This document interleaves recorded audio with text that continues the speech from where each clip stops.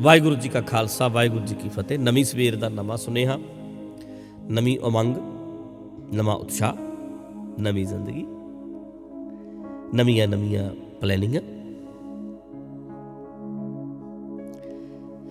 ਨਵੀਂ ਸਵੇਰ ਦੇ ਨਵੇਂ ਸੁਨੇਹੇ ਵਿੱਚ ਜੋ ਕੱਲ ਸੀ ਉਹ ਅੱਜ ਦਾ ਇਤਿਹਾਸ ਹੈ। ਜੋ ਕੱਲ ਸੀ ਉਹ ਅੱਜ ਦਾ ਇਤਿਹਾਸ ਹੈ।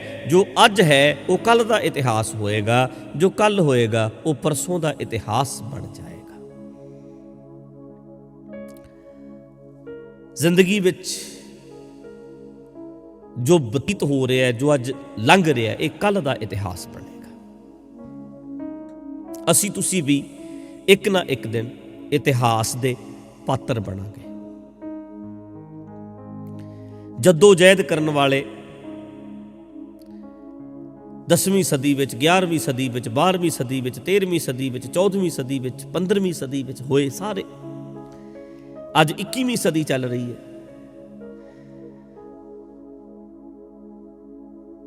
ਇਹਨਾਂ ਸਦੀਆਂ ਦੇ ਵਿੱਚ ਕਿਹੜਾ ਬੰਦਾ ਕਿਸ ਤਰ੍ਹਾਂ ਦਾ ਰੋਲ ਨਿਭਾ ਰਿਹਾ, ਇਹ ਵੇਖਿਆ ਜਾਣਾ, ਇਹ ਪਰਖਿਆ ਜਾਣਾ।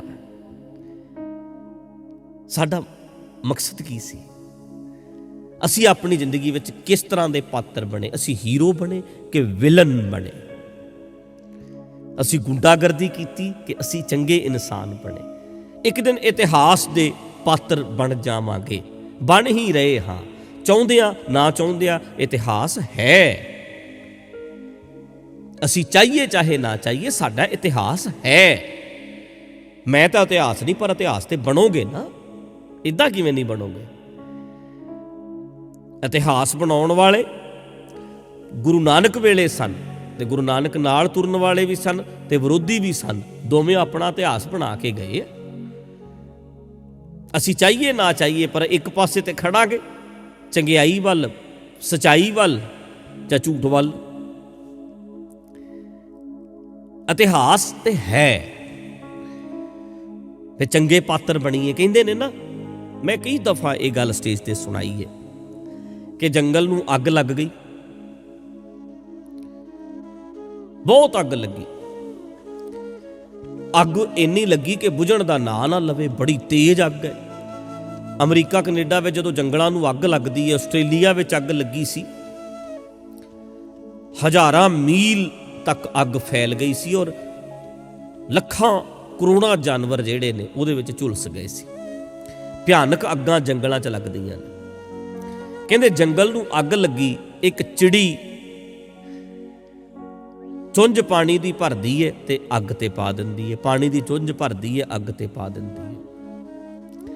ਕਿਸੇ ਸਿਆਣੇ ਨੇ ਪੁੱਛਿਆ, ਨਹੀਂ ਚਿੜੀਏ, ਇਹ ਸਮਝਾਉਣ ਲਈ ਇਹ ਚਿੜੀਆਂ ਨਹੀਂ ਬੋਲਦੀਆਂ, ਸਿਰਫ ਸਮਝਾਉਣ ਵਾਸਤੇ ਇੱਕ ਐਗਜ਼ੈਂਪਲ ਹੈ।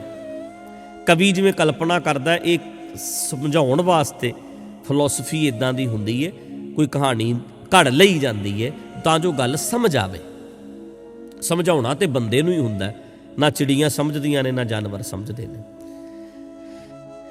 ਕਲਪਨਾ, ਅੱਗ ਲੱਗੀ ਹੋਈ ਹੈ, ਚੁੰਝ ਭਰਦੀ ਹੈ ਚਿੜੀ ਤੇ ਅੱਗ ਤੇ ਪਾਣੀ ਪਾ ਦਿੰਦੀ ਹੈ। ਚੁੰਝ ਭਰਦੀ ਹੈ, ਅੱਗ ਤੇ ਪਾ ਦਿੰਦੀ ਹੈ। ਕਿਸੇ ਨੇ ਆਖਿਆ, ਨਹੀਂ ਚਿੜੀਏ, ਨਿੱਕੀ ਜੀ ਤੇਰੀ ਚੁੰਝ ਤੇ ਇੰਨੀ ਜ਼ਿਆਦਾ ਅੱਗ ਤੂੰ ਬੁਝਾ ਦੇਂਗੀ? ਅੱਗ ਤੇ ਬਹੁਤ ਜ਼ਿਆਦਾ ਹੈ, ਤੇਰੀ ਨਿੱਕੀ ਜੀ ਚੁੰਝ ਨਾਲ ਅੱਗ ਬੁਝ ਜਾਏਗੀ? ਚਿੜੀ ਕਹਿਣ ਲੱਗੀ, ਨਹੀਂ ਬੁਝਣੀ।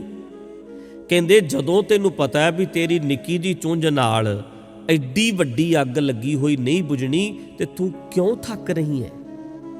ਇੰਨਾ ਜ਼ੋਰ ਲਾਇਆ ਤੂੰ, ਸਾਹੋ ਸਾਹੀ ਹੋਈ ਹੈ, ਤੂੰ ਕਿਉਂ ਇੰਨਾ ਜ਼ੋਰ ਲਾ ਰਹੀ ਹੈ? ਉਹ ਕਹਿਣ ਲੱਗੀ, ਅੱਗ ਬੁਝਣੀ ਤੇ ਨਹੀਂ,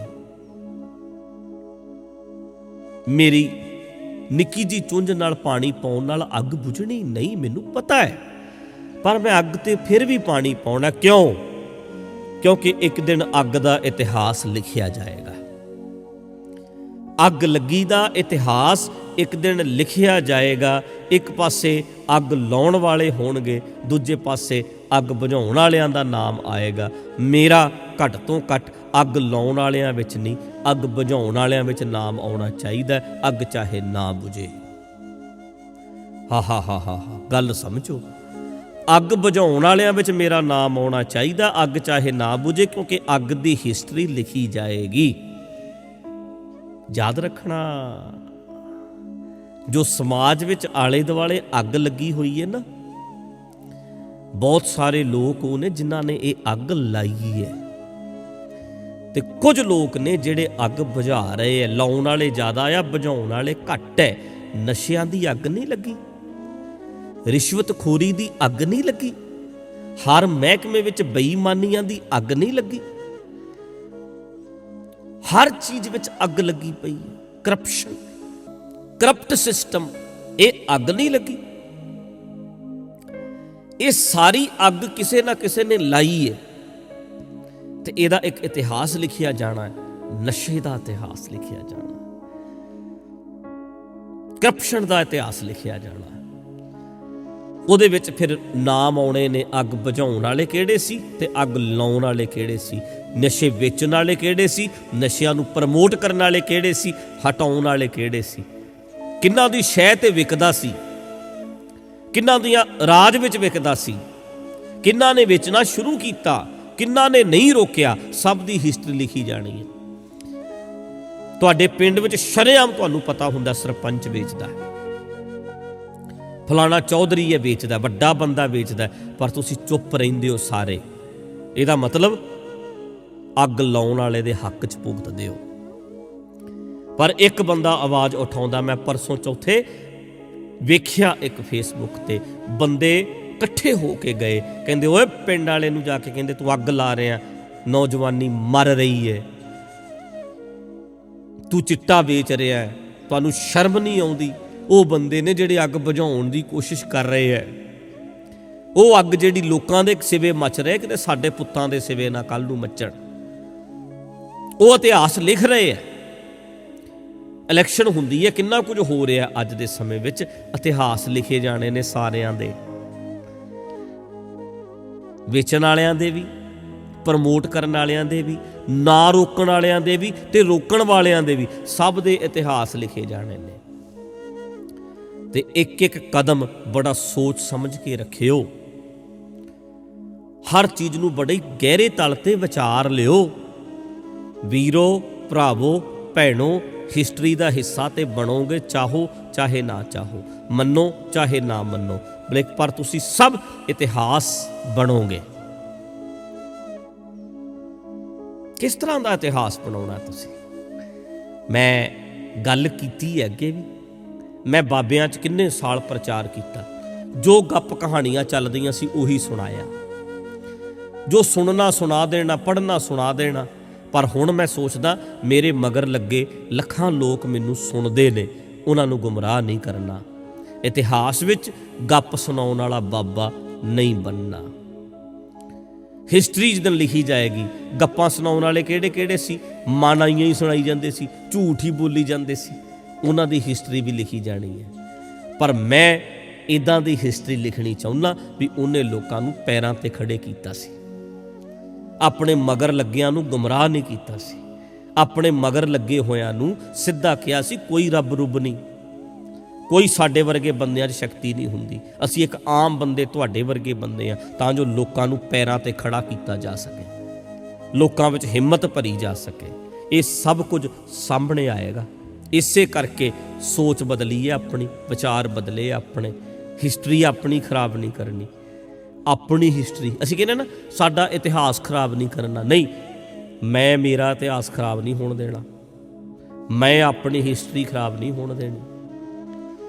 ਪਹਿਲਾਂ ਵਾਲਾ ਟਾਈਮ ਨਹੀਂ ਰਿਹਾ, ਪਹਿਲਾਂ ਤਾਂ ਗੱਪ ਕਹਾਣੀਆਂ ਵੀ ਚੱਲ ਜਾਂਦੀਆਂ ਸੀ, ਪਰ ਹੁਣ ਨਹੀਂ ਹੋਣਾ ਇੱਦਾਂ ਦਾ। ਹਿਸਟਰੀ ਆਪਣੀ ਸਹੀ ਕਰਨੀ ਪੈਣੀ, ਆਪਣਾ ਇਤਿਹਾਸ ਆਪ ਲਿਖਦੇ ਹਾਂ ਅਸੀਂ ਹਮੇਸ਼ਾ, ਤੇ ਇਤਿਹਾਸ ਆਪਣਾ ਸਹੀ ਲਿਖਿਓ, ਗਲਤੀ ਨਾ ਕਰ ਬੈਠਿਓ।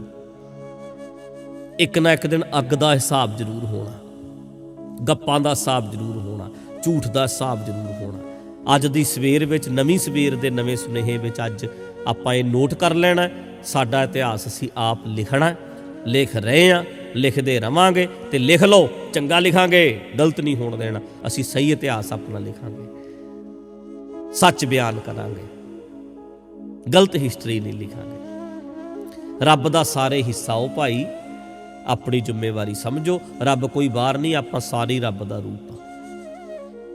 ਕੁਦਰਤ ਦੀ ਇੱਕ ਅੰਸ਼ ਆ, ਕੁਦਰਤ ਚੋਂ ਨਿਕਲੇ ਆ, ਕੁਦਰਤ ਵਿੱਚ ਜੀ ਰਹੇ ਆ, ਕੁਦਰਤ 'ਚ ਸਾਹ ਲੈ ਰਹੇ ਆ ਤੇ ਕੁਦਰਤ ਦੇ ਵਿੱਚ ਹੀ ਇੱਕ ਦਿਨ ਸਮਾ ਜਾਵਾਂਗੇ। ਅਸੀਂ ਇਹਦਾ ਹੀ ਰੂਪ ਸੀ ਬਸ। ਤੇ ਆਪਣੇ ਫਰਜ਼ ਪਛਾਣੋ, ਆਪਣੀਆਂ ਜ਼ਿੰਮੇਵਾਰੀਆਂ ਸਮਝੋ। ਇਹੋ ਹੀ ਸਾਡਾ ਧਰਮ ਹੈ। ਵਾਹਿਗੁਰੂ ਜੀ ਕਾ ਖਾਲਸਾ, ਵਾਹਿਗੁਰੂ ਜੀ ਕੀ ਫਤਿਹ।